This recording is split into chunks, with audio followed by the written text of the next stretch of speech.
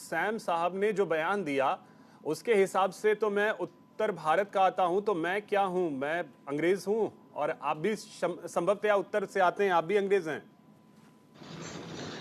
देखिए, मेरे को तो हो सकता है अंकल सैम जो है वो दक्षिणी अफ्रीकी बता सकते हैं, क्योंकि अच्छा। जिस तरीके से मेरी त्वचा का जो रंग है वो कहीं ना कहीं समझ लीजिए श्याम वर्ण है। हाँ हाँ। और आपका जिस तरीके से मान लीजिए दुग्ध वर्ण है, तो निश्चित रूप से आप अंग्रेजी होंगे, यूरोपियन ही होंगे। देखिए अभिषेक जी, हमारे यहाँ कहा जाता है कि आदमी की जैसी जो मानसिकता होती है, यानी इसको कहते हैं सोच और अप्रोच जो होती है, वो कहीं ना कहीं परिलक्षित हो ही जाती है। और जिस तरीके से आप देख रहे होंगे कि बड़ा दुर्भाग्यपूर्ण स्थिति है ये, क्योंकि यही सैम पित्रोदा जहां अमेरिका के अंदर बैठ करके या यूरोप के अंदर बैठ करके या विदेशों के अंदर बैठ करके ऐसी बयानबाजी कर रहे हैं, इनको ये चीज समझनी चाहिए। आज की तारीख में अगर यूएस के अंदर ये किसी को काला और सफेद और इस तरीके से जिसको कहते हैं वर्णीय टिप्पणी, नस्ल भेदी टिप्पणी अगर ये करते हैं, तो वहां तो हमारे यहाँ जैसे जाति सूचक शब्द के ऊपर एट्रोसिटी एक्ट लग जाता है, वहां पे भी वैसे ही ये नस्ल भेदी टिप्पणी के ऊपर गंभीर अपराध श्रेणी में माना जाता है।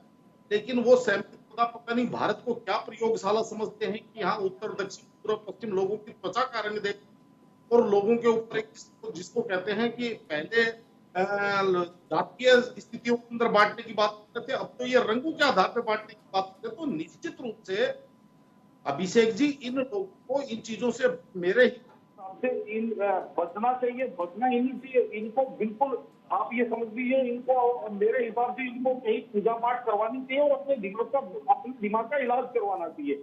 भाई, आप अगर भाईचारे की बात करते हैं, आप अगर एकता में अनेकता की बात करते हैं, तो आपके पास और भी बहुत सारे उदाहरण हो सकते हैं। कोई ऐसा थोड़ी है कि भाई आपको अगर जहर का उदाहरण देना पड़े तो आप जहर पीकर की जहर का उदाहरण दे, ऐसा तो संभव नहीं है ना।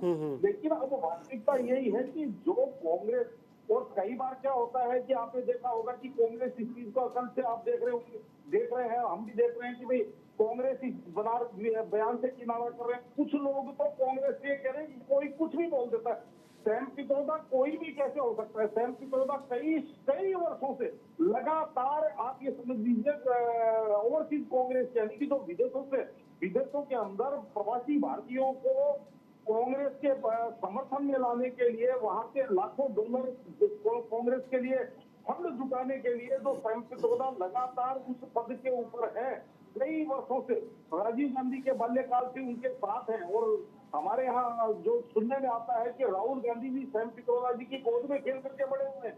तो अब जैसे सैम पित्रोदा जी की मानसिकता और संस्कार है, अब जो व्यक्ति उसके पालने में झूलेगा, तो देखिए उसके भी संस्कार तो लगभग वैसे ही होंगे ना।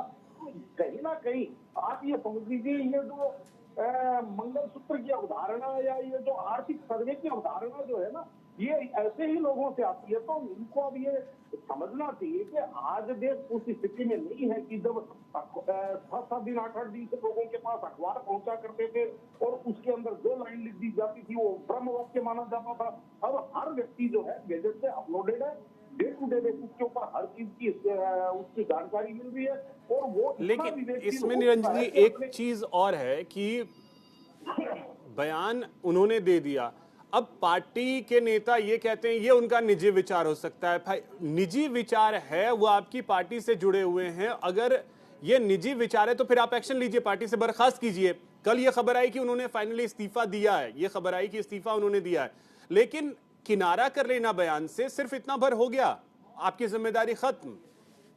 देखिए अभिषेक जी, निश्चित रूप से आपको मैं स्पष्ट शब्दों में बताऊं, जो भी व्यक्ति सार्वजनिक जीवन में है, अगर निजता की बात करेंगे, तो केवल उसका शयन कक्ष यानी उसका बेडरूम और उसका उसका किचन यानी कि उसकी रसोई, ये केवल निजी हो सकते हैं। किसी भी सार्वजनिक व्यक्ति के जीवन के अंदर सार्वजनिक जीवन में जीने वाले व्यक्ति का इसके अलावा और बहुत ज्यादा निजी जीवन नहीं हो सकता, निजी बयान नहीं हो सकते। ऐसा कैसे हो सकता है कि जो चीज आपको सूट करेगी वो सार्वजनिक बयान है, और हाँ। जो चीज आपके लिए मुफीद नहीं होगी वो उसका निजी बयान है। क्यों? उनका जो निजी बयान होता, अगर उनका निजी चीज होती तो वो बेडरूम के अंदर बैठ करके अपने परिवार के साथ वो बात करते ना, कोई चर्चा ही नहीं होती। लेकिन वो जिस तरीके से सार्वजनिक मंचों के ऊपर बोलते हैं, सार्वजनिक जीवन के व्यक्ति हैं, तो